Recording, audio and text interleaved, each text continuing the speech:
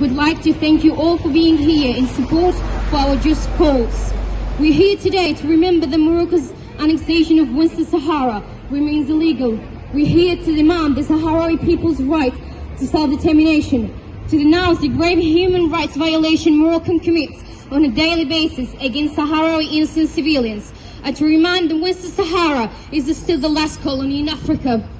Western Sahara is, according to international law, a Spanish colony that is at the same time illegally occupied by Morocco. Its liberation movement, Polisario Front, has led the legitimate struggle for independence for over 40 years. Western Sahara conflicts represent one of the greatest tragedies of post-colonial Africa.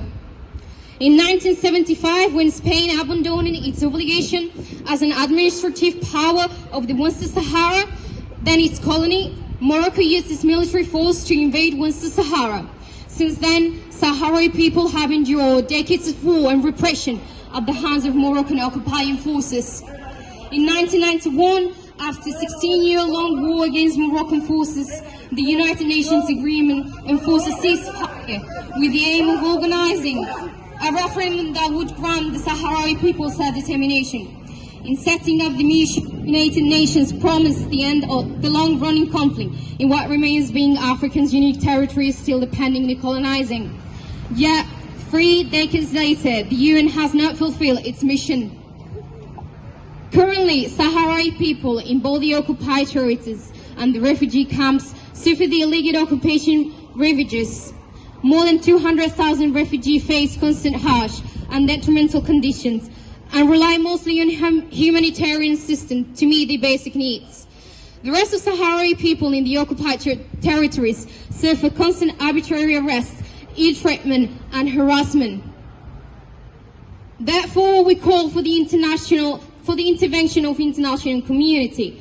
We ask the British and the European government to support the pressure of Morocco in order to end its illegal occupation and to end the never-ending human rights abuses against Sahrawi people. We demand the vigorous involvement of the United Nations, since it's precisely this organization the main responsible for this unconvincible situation. The UN must protect and safeguard the lives of Sahrawi people. They must guarantee a free and fair referendum and self-determination to the Sahrawi people. If the eradication of colonization is still a priority in their agenda, as they often claim.